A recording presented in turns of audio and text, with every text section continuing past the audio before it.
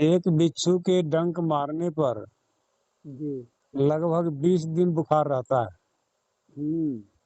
और जिसको 1 लाख बिच्छू डंक मारेगा, क्या वो आराम से सो सकेगा? जी नहीं। तो छटपटा के मर जाएगा।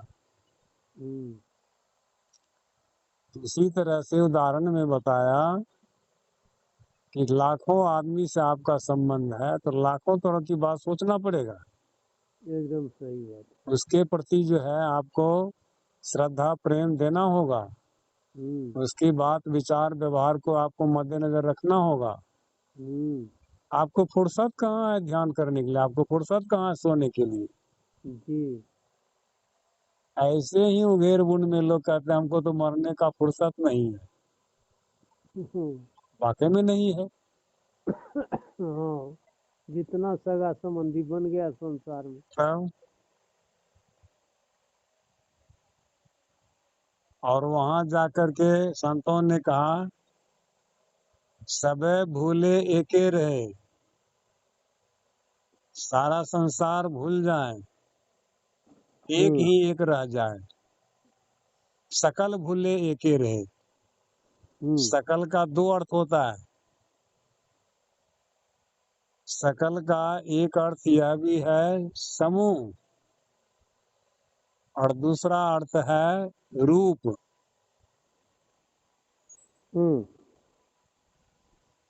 कहते हैं न लोग आपस में के सकल केहन लागे छे, देखा न। मतलब रू चेहरा कैसन लग रहा है, यहाँ तो रूप आया है। और सकल साधको बंदगी मतलब सभी साधु को, सकल माने सबको, समूह को कहा। यहाँ पर संतों ने कहा सकल भूले एके रहे। इस समूह और रूप दोनों भूल जाएं, एक ही एक वह तत्व परमात्मा रह जाए, असली काम हो जाएगा।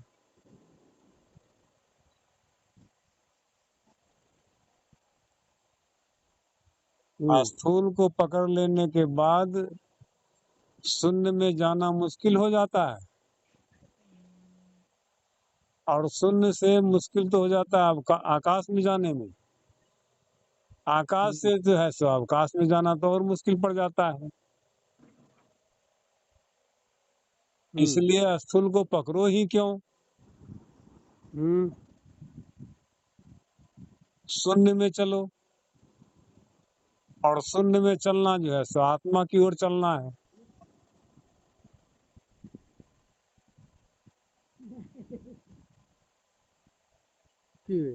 संत कबीर साहब के वाणी में है ना, शून्य ध्यान सबके मन माना, तुम बैठो आत्म अस्थाना। शून्य का ध्यान आत्मा का ध्यान है। शून्य का ध्यान जी, आत्मा का ध्यान, आत्मा का ध्यान एक है। हालांकि शून्य शुद्ध आत्मा नहीं है, फिर भी आत्मा का ही रूप है।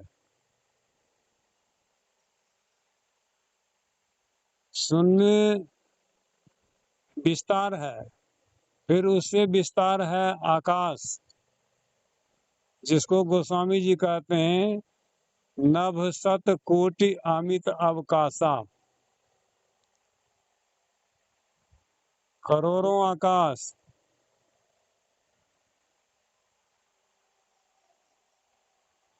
शून्य भी बहुत है। शून्य शून्य शून्य के पारा, संतों ने कहा अगम अगाध अगोई। वही है, शून्य के बाद आएगा आकाश, आकाश के बाद आकाश भी समाप्त हो जाता है तो रह जाता है अवकाश। अमित इसका था नहीं है, अथाह है, अनंत है, अगम है, अगाध है, ऐसा है वो अवकाश। वही सबसे पहले का है,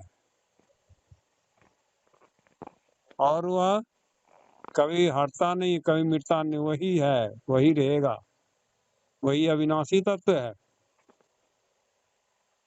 वह विनसने वाला नहीं है। और ये सब तो विनस भी जाएगा।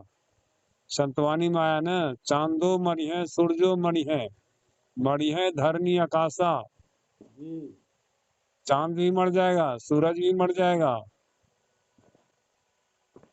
धरनी धरती भी मर जाएगा, और आकाश वो भी मरेगा,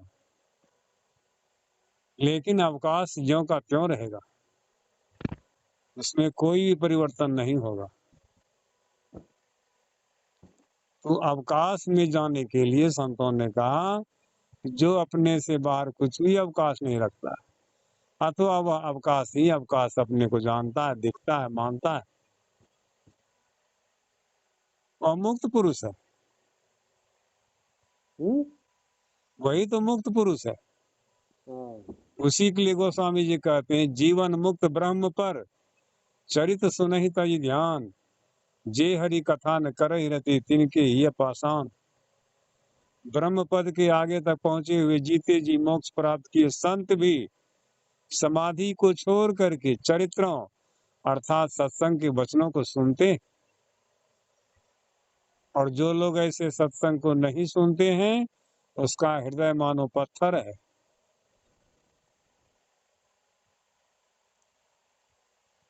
सत्संग सुनना चाहिए, क्यों? सत्संग जो है सो परमात्मा का ही रूप है। गोस्वामी जी ने कहा है देहि सत्संग निज अंग श्री रंग भव भंग कारण शरण सुखहारी। हे परमात्मा राम मुझे देते हैं, दीजिए, मैं मांगता हूँ। क्या दीजिए? तो सत्संग दे दीजिए। देहि सत्संग निज अंग, यह आपका निजी अंग है। कौन सत्संग बाबा जहाँ कहीं होता है वो सुनने के लिए कि अपने को ढालना? जी कहीं सुनते हैं सत्संग होता है, वो सत्संग सुनाते हैं संत लोग, वो सत्संग की अपने को सत्य में डाल देना, वो सत्संग। दोनों सत्संग होना चाहिए। दोनों सत्संग करने के लिए कहा गया है, और दोनों सत्संग किया ही जाता है। जिस इंद्रियों के द्वारा कुछ कर्म हो उसको क्या कहेंगे? कर्म कर्म कहते हैं। तो बाहर में जो सत्संग आप सुनते हैं तो बाहर के कानों से आपको सुनने की क्रिया हो रही है। तो कान की इंद्रियां जो है वह आपका काम कर रही है, सुन रही है। वह कान को आप सही सही काम करने दीजिए। यही नहीं करने देते हैं लोग। आपस में क्या करते, एक दूसरे से बात करते हैं, बाहर की बात को सुनने लग जाते हैं, सत्संग उससे नहीं होता है। इसलिए संत तुलसी साहब ने कहा है सत्संग करना तो कैसे, तो मन तोर शरण संतन की।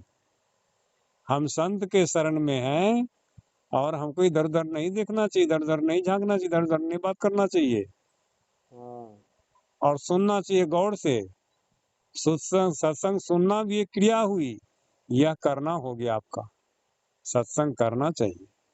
कैसे करना चाहिए? तो मन को तोड़ करके अथवा मन को छोड़ करके। मन जाता है जाने दे, तू मत जाए शरीर, शरीर को मत जाने दीजिए, शरीर को कान को रहने दीजिए, यहाँ पर सुनाइए। मन तो बेईमान है, ये है मन तो हरामी खोर है, ये मन किसी का साथ नहीं दिया आज तक। अगर देता तो मन का विरोध कोई महापुरुष नहीं करते।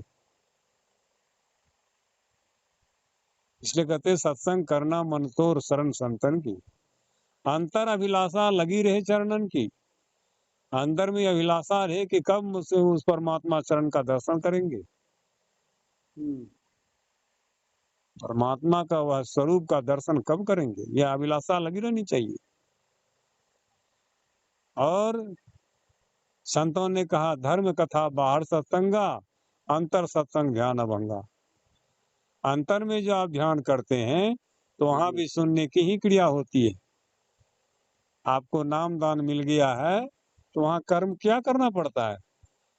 किसी इंद्रियों से आप कोई काम नहीं करते हैं, यहाँ तक कि बाहरी कानों को भी नहीं काम लेते हैं, अंतर के कानों से आप सुनते हैं। उसके सूरत को कानों से सुनने की बात कही जाती है। सूरत तन मन से सांच रहत रस पीती, कोई सज्जन जई है कुफुर काल को जीती। सूरत को अपना तन है, सूरत को अपना मन है, सूरत को अपना कान है। सूरत के कानों से वह सुना जाता है। किसका सुना जाता है?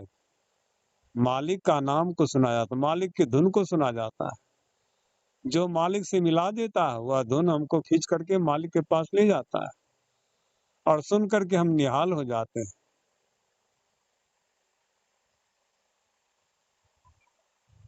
सुनते कहाँ है बाबा अभी? सुन गौड़ से है आ रही धुर से, सदा सुन गौड़ से। वह धुर परमात्मा से ऊपर से शब्द आ रहा है, मालिक का ही धुर है।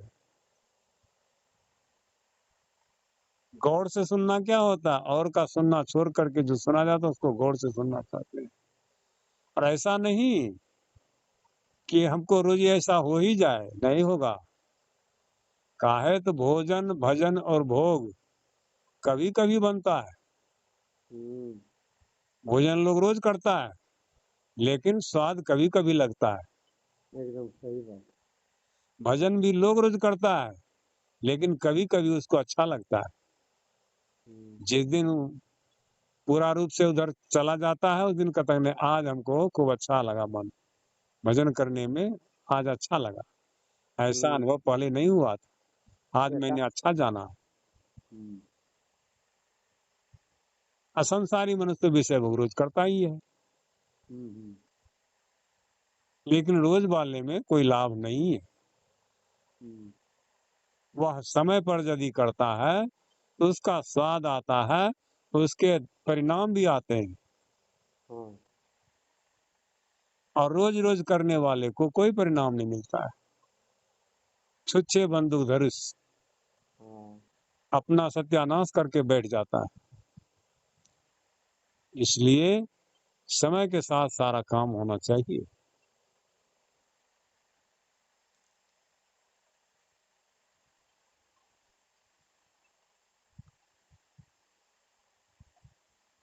यह ज्ञान जो सुना दे, समझा दे, करा दे, दरअसल में वो गुरु होता है। ऐसा नहीं कि मालिक का धन है हम बांट रहे हैं, तो बांटने वाला क्या हो जाएगा? बांटने वाला क्या होगा?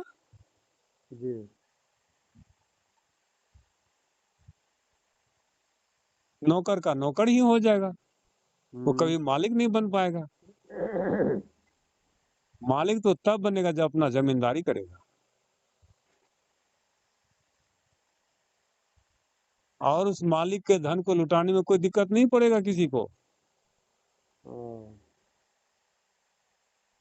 लेकिन जो अपने से पसीने की कमाई कमाता है उस धन को बड़ा ढंग से लुटाता है, ऐसे नहीं लुटाता है। लोग कहते हैं सरकारी डिग्री मिली है। आज सरकारी स्कूल में पढ़ने वाला विद्यार्थी कभी मतलब कि जो है सक्सेस नहीं हुआ है। क्यों? तो सरकारी मास्टर जो है खाली पैसा लेता है, काम नहीं करता है, और वह सरकार को भी ठगता है। सरकार को क्या ठगेगा, वह खुद ठगाता है। नाजायज पैसा लेता है, उसका बाल बच्चा सब देख लीजिए कैसा होता है, चिल्लर मच्छर। सरकारी कर्मचारी अफसर का बाल बच्चा कोई ऐसा बिरले एक आठों सक्सेस करता है, वो भी घूसे घास दे करके करता है, ओरिजिनल पढ़ लिख करके नहीं करता है प्रायः। अब वही प्राइवेट स्कूल में चले जाइए, देखिए विद्यार्थी कितना टू टंच मिलेगा आपको। प्राइवेट में पढ़ता है और जा करके सरकारी का मोहर लगा लेता है, इससे कहता है कि हम पढ़ लिया। लेकिन इसका प्रमाण पद दे दिया है संतों ने, गुरु ज्ञान ध्यान प्रमाण पद बिन भटक की भाव तुलसी मिली, तुलसी साहब की वाणी में गुरु का ध्यान, गुरु का ज्ञान जिसको अपने अंदर में मिल गया उसको प्रमाण पत्र मिल गया, वो बाहरी प्रमाण पत्र के लिए आशा में नहीं बैठेगा और उस प्रमाण पत्र के अनुसार वो अपना काम करेगा।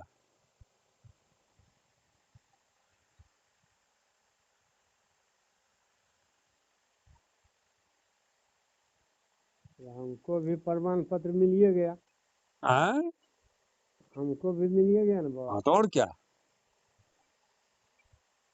कभी कभी भटक जाते हैं हम। नहीं ये आपका स्मृति की कमजोरी है, स्मरण शक्ति आपकी बनी रहे इसके लिए आपको संयम से रहना पड़ेगा, संयम से भोजन, संयम से रहना, संयम से खाना, संयम से चलना, संयम से बात बोलना। ये संयम जब तक सिस्टमेटिक ढंग से नहीं चलिएगा तो जी, भूल भटम तो होते रहेगा। और वरम क्या होता है कि आदत जो लग गया है कुछ को देखना, हाँ सुनने कुछ देखना, हम्म, यही हमको आदत में छूट रहा है। सुनने में देखना तो एक ठीक अच्छा है और क्या, वहाँ सुन कोई सुन में देखना अब आता है कि जैसे भजन भेद में जो दिया जी गुरु का देखना है, है भजन भेद में जो दिया गया था हाँ उसमें तो अभी भी लोग बताते हैं, बार बार संत लोग जो प्रवचन करता लोग आते हैं तो यही नहीं बताते हैं, ये महर्षि ही आपका गुरु हुए, इसी को मानस जाप मानस ध्यान दृष्टि साधन इसी पर करना। तब आपने अभी तक समझा क्या है। जी ने मतलब वो जो वहां से आ गए हम तो यहाँ भ्रम हो जाता है हमको। ये भरम को ही तोड़ने के लिए मैंने आपके साथ साझा किया है, हाँ, मैंने जो आपको साझा किया है हाँ, मोबाइल के माध्यम से इसी भरम को तोड़ने के लिए। एक मैं घटना सुनाता हूँ। एक कभी। बार गुरु महाराज का जन्मदिन था, अच्छा, तो जन्मदिन पर उनका बहुत विशेष तरह से सत्संग भंडारा हुआ। तो भंडारे में बहुत से लोग आए थे। गुरु महाराज कौन सा? कोई गुरु महाराज था, अच्छा अच्छा, ठीक। तो उनके शिष्य लोग बहुत आए हुए थे। हम्म, तो आसपास के भी लोग आए थे गांव सब से। तो दो दो कोस दूरी पर का एक गांव का आदमी आया था, घर गृहस्थी वाला। अच्छा, तो वहां से कुछ आदमी आए थे तो दिने में खा पी के चले गए, लेकिन दो तीन आदमी रह गया था। अच्छा, तो रात में कहता है, करते धरते तो लगभग 10-11 बज गया रात। हम्म, तो आदमी कहता है कि गुरुदेव मैं अब घर चला जाता हूँ। तो गुरु महाराज तो जगे हुए थे, वो कहते हैं कि देखो जी थक गए हो करते हुए, यहीं रह जाओ, यहीं सो जाओ, कल को चला जाना। हाँ, कहते नहीं गुरुदेव घर चले जाते अच्छा रहता है, चूंकि गांव में जो है ना माल जाल खोल लेता है, चोर चपाट ज्यादा है, इसलिए चले जाएंगे तो अच्छा रहेगा। तो उसके जान पहचान का एक आदमी और मिल गया, वो कहता है कि गांव जाइएगा, तो कहा हाँ, तो हम भी गांव जाएंगे। तो कहता है गुरुदेव हम लोग अब 2 आदमी हो गए, अब चले जाते हैं। हम्म, तो देखो जी हम तो, हमारी तो राय नहीं है कि जाओ, लेकिन नहीं मानते तो जाओ, हम क्या करेंगे, हाँ, हमारी बात को नहीं मानते तो जाओ। तो दोनों हिम्मत बना के चल दिया। हाँ, अंधेरी रात थी, एकदम जा रहा था। बीच में जो है सो थोड़ी देर में जाकर के गरवाधार पर पड़ गया, हाँ, गरवाधार पार कर गया। उसके बाद उधर थोड़ा जंगल था, 5 बीघा जंगल था, बीचे बीच जाना था उसको। हम्म, तो संजोग से क्या हुआ, उस जंगल में अंधेरी रात में गदहा जो था वो अपना बैसाखी नंदन ढैचू हम्म, ढैचू कर रहा था। हम्म, तो जो आदमी साथ हुआ था तो वह कहता है कि देखो जी इतनी बड़ी रात में यदि गदहा रेंगे तो समझना चाहिए कि आगे रास्ता खतरनाक है। हाँ, अब हमारा हिम्मत नहीं होता है जाने का। तो दोनों को भय हो गया, हाँ, तो दोनों वहीं से लौट गया। लौट गया तो गुरुजी तो टहल रहे थे, घूम फिर रहे थे, देख रहे थे कहाँ क्या हुआ नहीं हुआ। तो गए जाकर फिर गुरु महाराज को प्रणाम किए, कहते हैं कि गुरुदेव ऐसी ऐसी बात है, हम लोग लौट आए। कहा क्यों लौटा? तो यही आदमी बोला कि जो गदहा रात में रहेंगे ना तो समझना चाहिए कि आगे खतरनाक है, रास्ता में कुछ होने वाला है।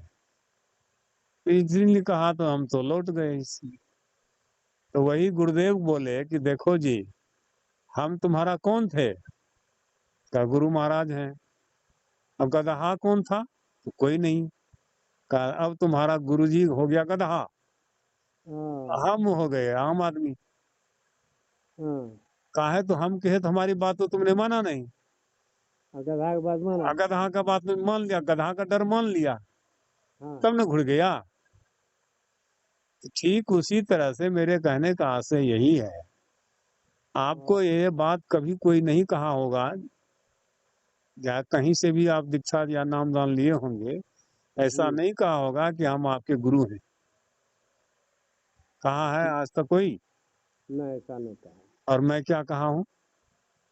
हम आपका गुरु हैं। गुरु हम आपका हैं, इसलिए हैं कि हमने शिक्षा दीक्षा यहाँ से दिया है, यहाँ से इसको आप कीजिएगा तो आपको कुछ अनुभूति होगी, और वही अनुभूति आपको हुई, इसी कारण से, इसी श्रद्धा से आप हमको गुरु मानते हैं। नहीं तो कोई कारण नहीं बनता था कि आप हमको गुरु मान लेते। आज यही कारण था कि तनुकी यादव और फनकू शर्मा हमको गुरु माना था, चूंकि उसको भी गर्भाधार में जाकर के दीक्षा दिए थे, नामदान दिए थे, तो वो भजन किया था। उसी कलर का सुरेश यादव भी हमको मानता था, और उसने किया था इसलिए वो मानता था। ठीक सुरेश के साथ एक आदमी और था, वो काला रंग का, क्या, नित्यानंद। वह आज तक नहीं माना है, इसलिए उसको हाथ में कुछ नहीं मिला है। यह मान करके ही करने से श्रद्धा जमती है, और श्रद्धा के मुताबिक कुछ न कुछ परिणाम आ जाता है। फिर संतोष भी किया, उसको भी कुछ मिल गया, उसको भी श्रद्धा बना हुआ है, जैसे आपकी श्रद्धा बनी वैसा उनका भी बना हुआ है।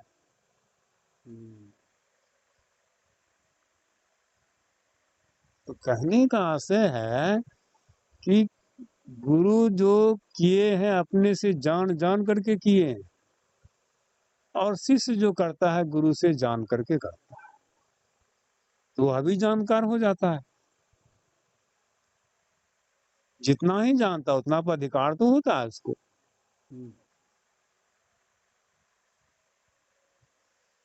इसलिए श्रद्धा अटल होना चाहिए। क्या कहा है? श्री सदगुरु की सार शिक्षा याद रखनी चाहिए, अति अटल श्रद्धा प्रेम से गुरु भक्ति करनी चाहिए। श्री क्यों लगाया गया? वह सतगुरु जीवन काल में है, जो आपको कह सुन समझा सकता है। यदि गुरु नहीं है, वो आपको सुना समझा ही नहीं सकते हैं, उनकी तस्वीर है, मूर्ति है, तो क्या उससे आप समझ लीजिएगा?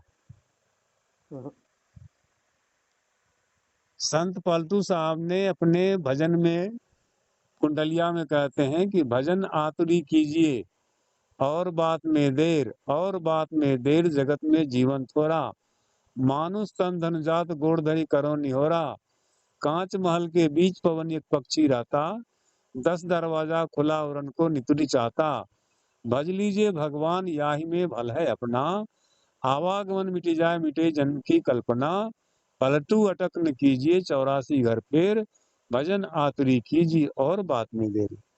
ये अटक शब्द जो है ये क्या है? अटक किसे कहते हैं? रुकना। रुकना। तो कहाँ रुके हुए हैं लोग? इसको मैं एक उदाहरण पेश करता हूँ। जैसे नदी पार करना है, तो नदी में नाव है, किनारे में नाव खड़ी है, और वहाँ पर मान के चलिए कि 10 ठो नाव है। 10 ठो में 9 नाव पर बहुत अच्छा अच्छा मूर्ति भगवान का, गुरु महाराज का, या तस्वीर भी सिंहासन पर लगाया हुआ है। अच्छा। उन नवों नाव पर कोई आदमी चढ़ जाए, क्या वो पार चला जाएगा?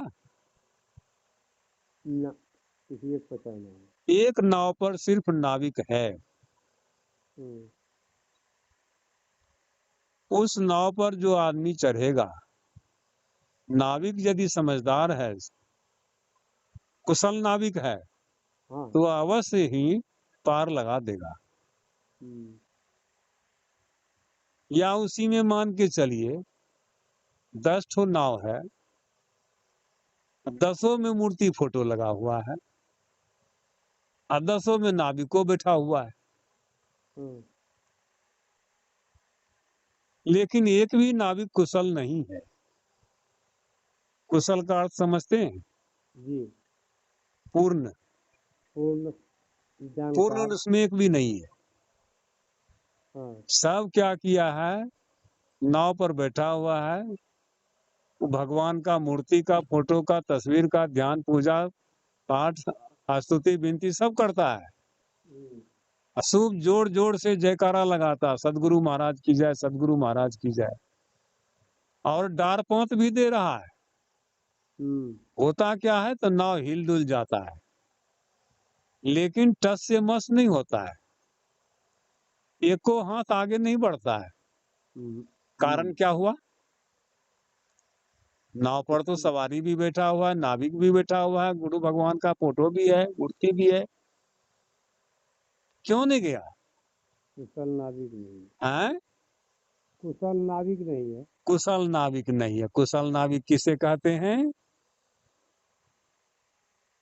जानकार। जानकार। जानकार की कमी कहां पर रह गई? पलटू साहब के इस वाणी को उसने ध्यान में नहीं दिया कि अटक क्या होता है।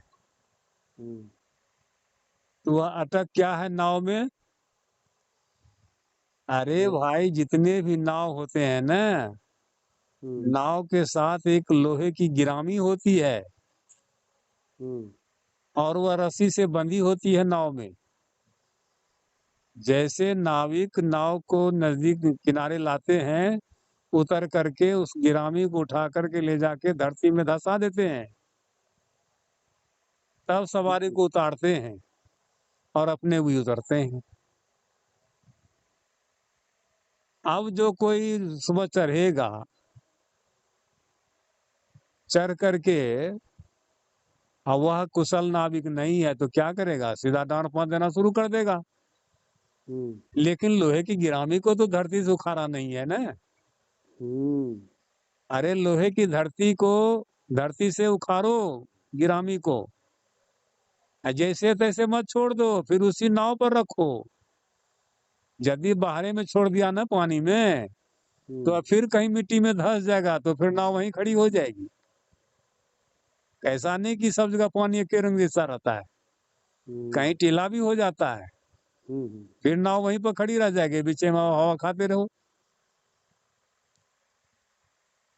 इसलिए उठा अटक रख नाव, उस अटक को उखाड़ो और नाव पर ही रख लो, और तब धक्का दे करके चढ़ जाओ, पल गिरते लग जाओगे पार।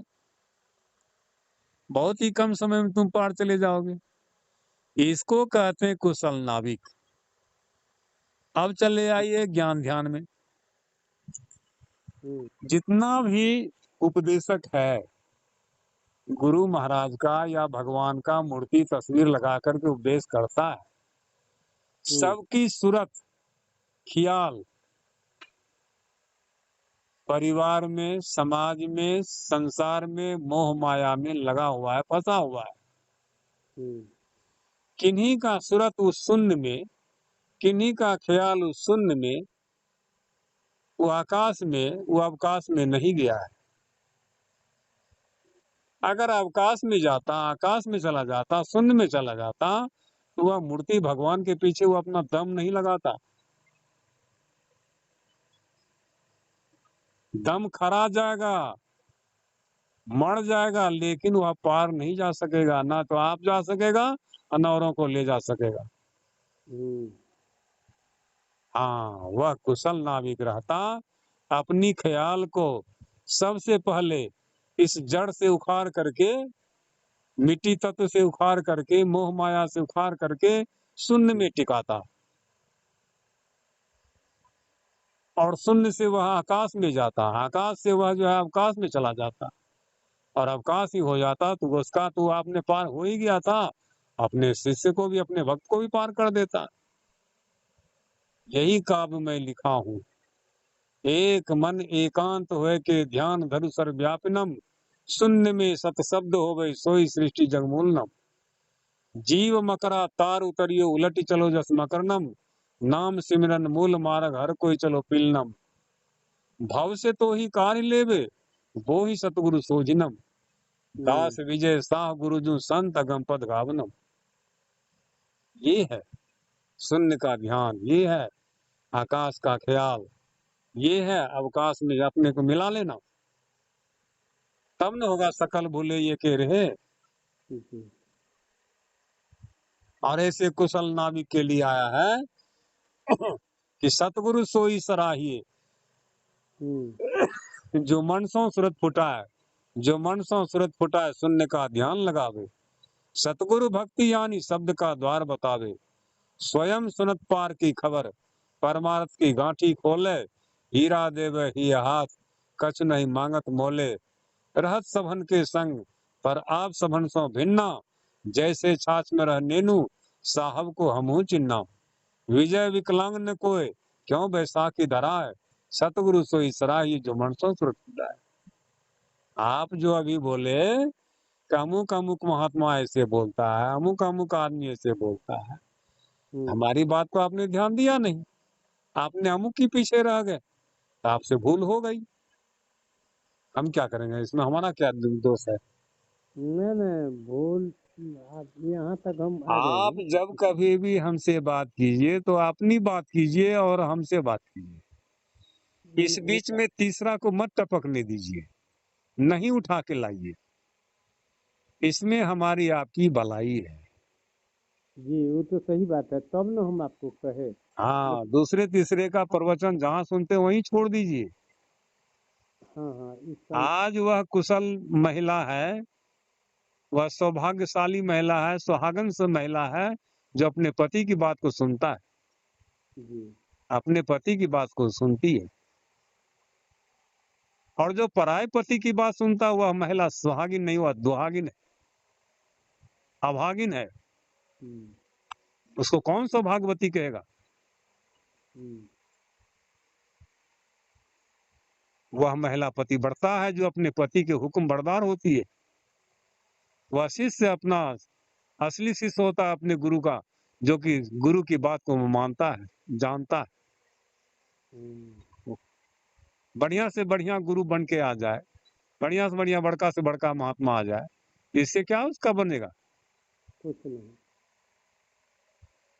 अरे आपका एक बाल बच्चा है, मान के चलिए कि वह विकलांग ही है, आप उसी से संतोष पाइएगा ना, एकदम।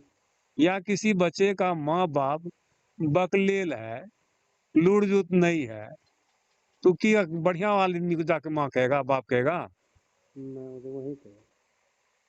अरे अपनी माँ जो है, अपनी माँ आती है, उसी को वो माँ कहेगा, वही श्रद्धा प्रेम देगा। नेंगड़िए है, लुल्लिए है, ज्ञान नहीं है, समझदारी नहीं है, तो इसे क्या, माँ तो आखिर वही है, जन्म तो हमको वही दिया है, वही गुरु का है, वही अपने पिता के प्रति है, वही अपने स्वामी के प्रति है, इस सब के प्रति एक सा भाव है। व्यवहारिक सत्ता में हम लोग हैं, और तभी हम में वह फल लगेगा।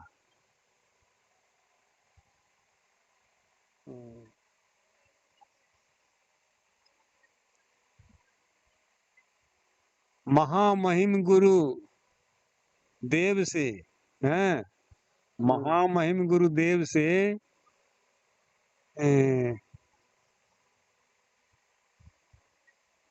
लिया भेद को जान, हाँ लिया भेद को जान, अपने जान कुछ ना करी, अपने जान कुछ ना करी, कैसे पावे ठाव।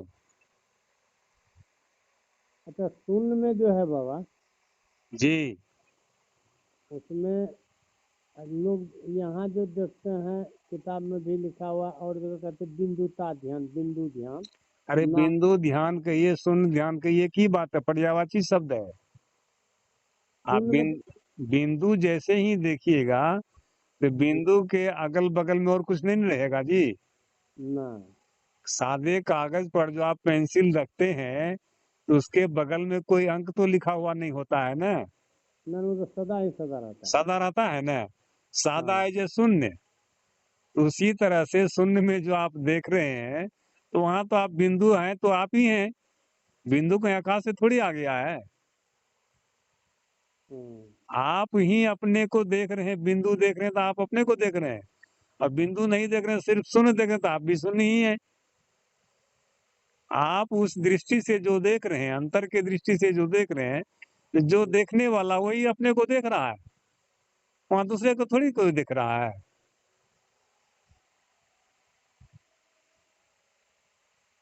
तो फिर समझ। दृश्य और दृष्टा दोनों में अंतर है। दृश्य जो देखता है वह माया को देख रहा है, दृष्टा जो देख रहा है दृष्टा को, हाँ। तो वह अमाया को देख रहा है, वह अपने आप को देख रहा है।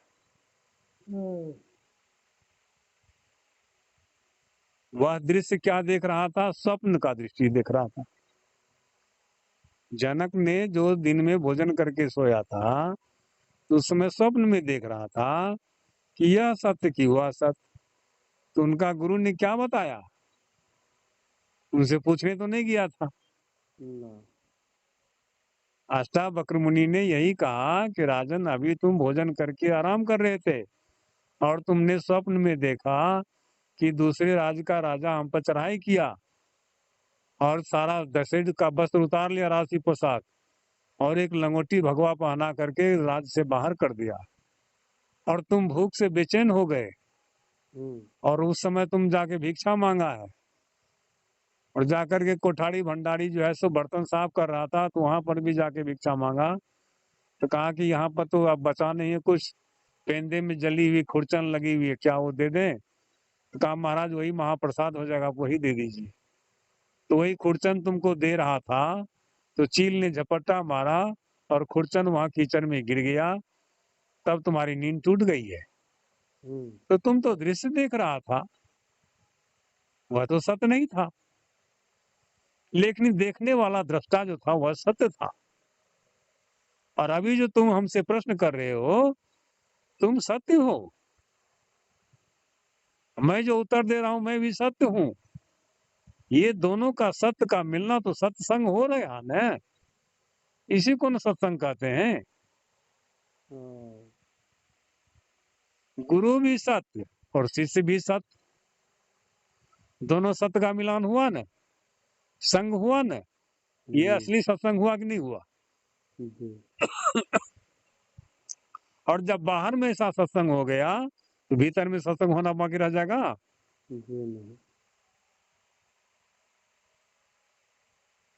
कौन ऐसी माँ बाप है जो कि अपने बाल बच्चे के लिए नहीं सोचता है। कौन ऐसा गुरु है जो अपने शिष्य की उन्नति नहीं चाहता है, अपना से भी ज्यादा चाहते हैं। अपने से भी ज्यादा चाहता है ना। जी। उसी तरह से संत महात्मा भी चाहते हैं कि हमारा शिष्य, हम तो इतना दूर आए, हमारा शिष्य से हमसे आगे जाए, आगे लोगों को बताए, आगे समझाए।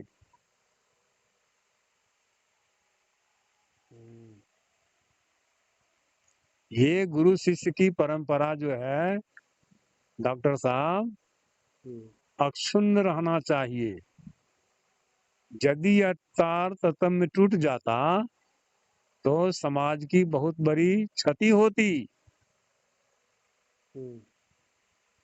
इसका भरपाई कोई नहीं कर सकता। शिक्षा की पद्धति जो है उसमें गुरु का होना अति आवश्यक है, चाहे अध्यात्म में हो या भौतिक में हो। जी जी। और भौतिक को तो लोग लतार मार ही दिया है, और अध्यात्म को भी लतार मारता है। भौतिक में आज जितना भी पढ़ाई चल रहा है, तो जी। क्या मास्टर साहब नहीं रहते हैं तो मास्टर साहब का फोटो पढ़ा देता है, ना। वो मूर्ति पढ़ा देती है? हम्म, नहीं पढ़ाती है। लेकिन ये अध्यात्मवादी जितना पगला गया है, ये क्या कहता है? पढ़ाते हैं। मूर्ति पढ़ाता है, मूर्ति हमको सहायता देता है। अरे अपने तो उसको चलने का औकात नहीं है, अपने तो किसी को एक थप्पड़ मारने का औकात नहीं है, तुमको क्या बचा देगा? वही फोटो देखते हैं तो रोड के नाली में खड़बड़ा रहा है, तो वो तब काहे न आ जाता है रोड पे यहाँ। वो अपने से काहे ना आ जाता है रोड पर? रोड पर क्यों नहीं खड़बड़ा, देखते हैं ढेरी ढेरी फेंका हुआ रहता है आजकल। अरे ये राहुल नगर है यहाँ आपको, भागलपुर जिला के कोना पर। जी। वहां पर एक महात्मा ने गुरु महाराज का फोटो लगा रखा था, बड़का वाला शीशा फ्रेम, अच्छा। 3.5 हाथ का। हाँ और उस महात्मा का मर्डर हो गया। हाँ। एक बार भी उस छड़ी वाला फोटो, एक छड़ी दे काहे नहीं दिया किसी आतंकवादी को? जो उसका मर्डर हो रहा था मर्डर तो। करने वाले 4 आदमी था, तो 4 आदमी को काहे न मुझको एक छड़ी दे देता? हाँ। तब न बुझा जाता कि हाँ ये कहीं सही काम किया है। एक आदमी को मार वो किया। है? जी। तो ये झूठी ज्ञान का प्रचार ज्यादा होता है, असत्य ज्ञान का प्रचार बहुत कम होता है। आपने सुना होगा, जिस समय जनक जी थे और अष्टावक्र जी थे, इस बात को बहुत कम मानने वाले थे। जी। वो अपने नगरा उसका गुरु होगा, लेकिन जनक ने मारा, जनक का काम बन गया। हम्म।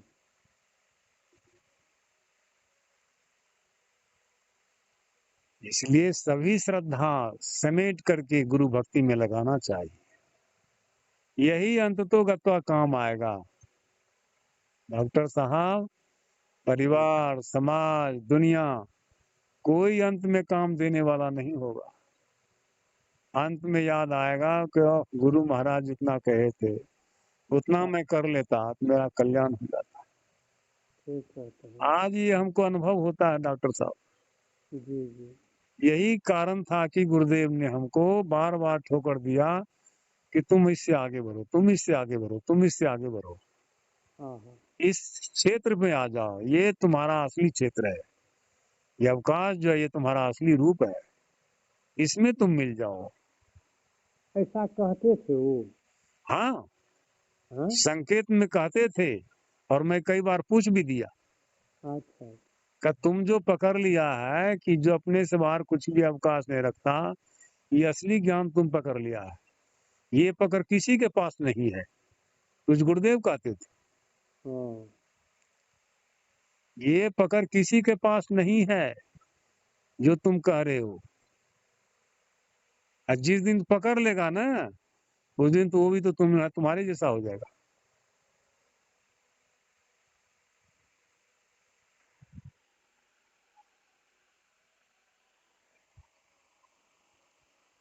हाँ। सतनाम।